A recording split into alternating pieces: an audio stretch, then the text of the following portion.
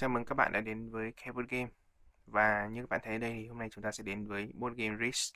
Như này thì mình đang cầm tay bởi vì cái map này rất to nên mình cho các bạn xem toàn cảnh của cái map thôi. Và tí nữa thì mình sẽ cho các bạn xem một phần thôi nhé, khi mà mình hướng dẫn. Thì đây là toàn bộ bản đồ thế giới. Mục tiêu của trò chơi này là hoàn thành được 3 nhiệm vụ trong khi bạn vẫn đang sở hữu cái thủ đô mà bạn có. Và game có ghi là đây không phải là cái game chiến tranh toàn cầu á, không phải làm chủ bá chủ thế giới, nhưng mà nếu mà các bạn hạ được toàn bộ những người còn lại thì tất nhiên bạn vẫn là người chiến thắng rồi. Những người còn lại đâu còn đất để diễn đâu, đúng không? Game này có thể chơi được từ 3 đến 5 người chơi và các bạn sẽ tung xuất sắc.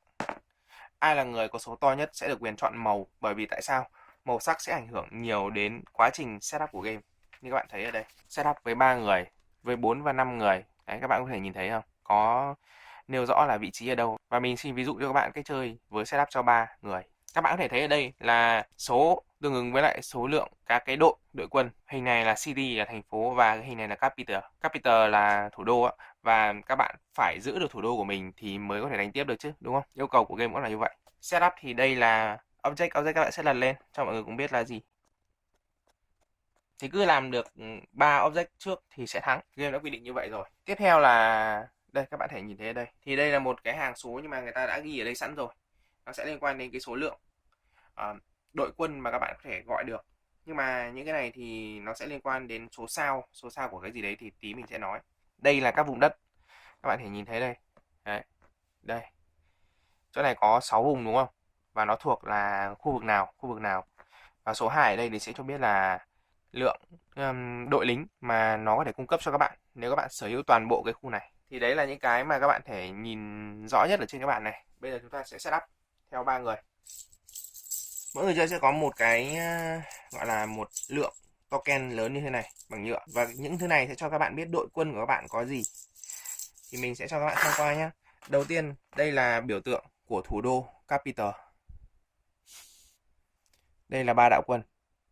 Các bạn có thể thấy đây là một đạo quân. Đây là biểu tượng thành phố. Đây, thành phố. Và mình bây giờ sẽ setup cho các bạn, cho 3 người chơi.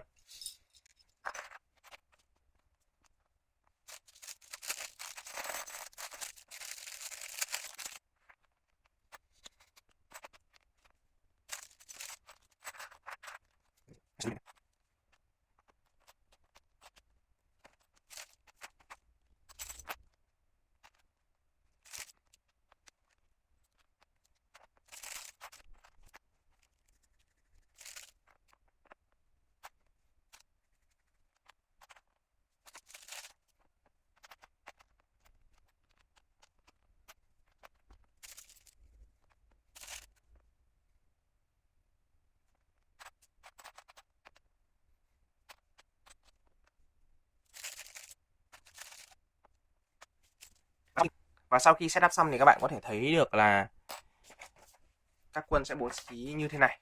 Tiếp theo chúng ta sẽ có xúc sắc, thì có 3 xúc sắc này và 2 xúc sắc như thế này.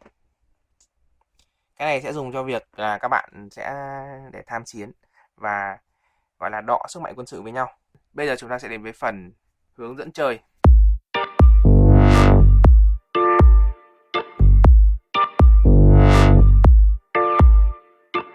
Thì trong lượt của bạn, các bạn sẽ được làm 4 hành động theo thứ tự như sau.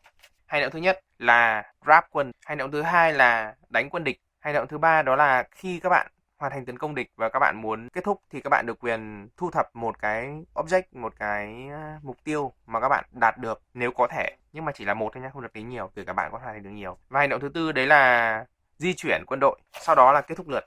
Chúng ta cùng đến với hành động đầu tiên, xếp quân. Ở lượt của bạn thì bạn sẽ được quyền xếp quân bằng số lượng thành phố cộng với số lượng vùng đất mà các bạn chiếm được, chia cho 3 và sẽ làm tròn xuống. Ví dụ nhé, thì ở lượt của màu xanh sẽ có là một vùng đất, 2 vùng đất, 3 vùng đất và có thành phố là 4 này, 5 vùng đất, 6 vùng đất thêm thành phố là 7, 8 này, 9 này. Thì chia cho 3 sẽ được 3 đúng không? Thì bạn màu xanh sẽ nhận được 3 đội như thế này. Nếu như các bạn chiếm được nguyên một cái vùng đất to á, đây, ví dụ như thế này, thì các bạn sẽ được thêm bonus ở đây, tức là thêm 2 quân đội nữa đúng không nào?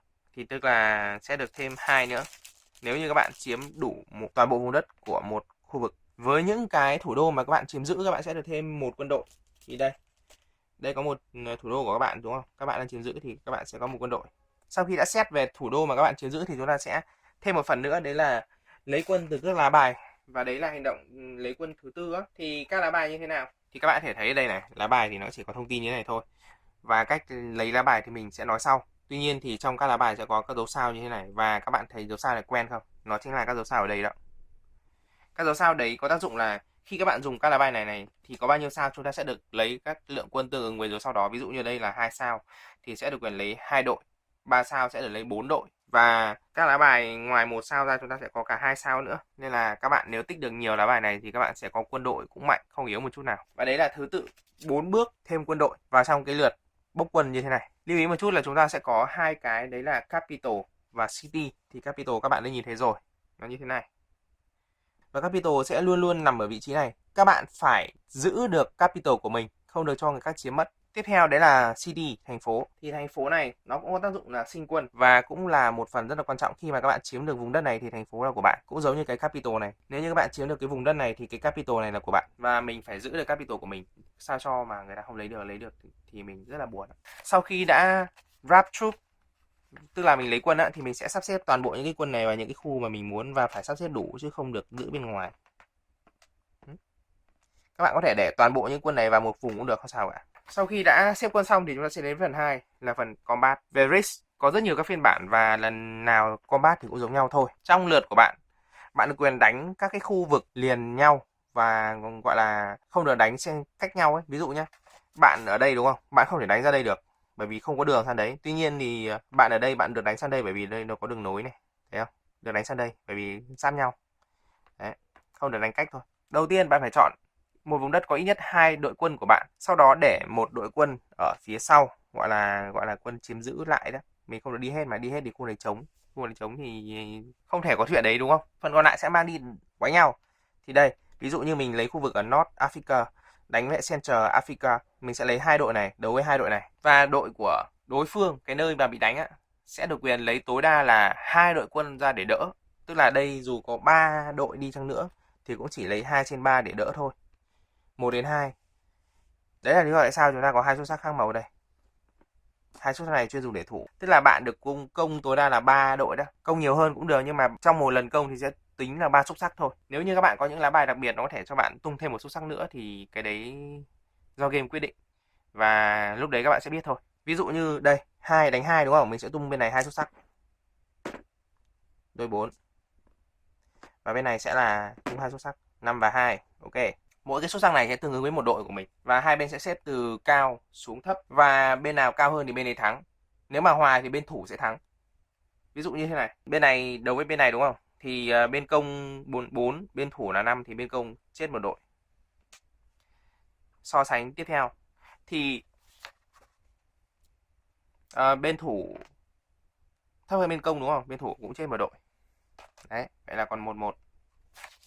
Các bạn thấy combat xong chưa? Nếu như mà chẳng hạn như các bạn tung thêm một cái xuất sắc nữa, tuy nhiên không có gì để so sánh nữa đúng không? Các bạn 3 đấu 2 mà, thì không có gì so sánh nữa như này thì cái xuất sắc này coi như bỏ qua, không tham gia combat. Nếu như đối phương vẫn còn quân để thủ ở đây thì bạn được quyền đánh tiếp ở khu vực này, hoặc là các bạn được quyền chọn khu vực khác để đánh tiếp, không sao cả. Nếu đối phương không còn quân thủ ở đây nữa, các bạn được quyền di cái quân tấn công của mình sang bên vùng đất của đối phương, và mình coi như là chiếm khu vực đó, và bạn có thể di chuyển nhiều hơn cái lượng quân mà bạn đã đánh. Ví dụ ở đây có một quân đánh thắng thôi đúng không, thì đã chỉ là một quân này sang, nhưng mà các bạn có thể di chuyển thêm những quân khác sang, nhưng mà vẫn phải giữ lại cái quân mà mình để thủ lúc đầu, các bạn nhớ không? Để lại ít nhất một quân mà.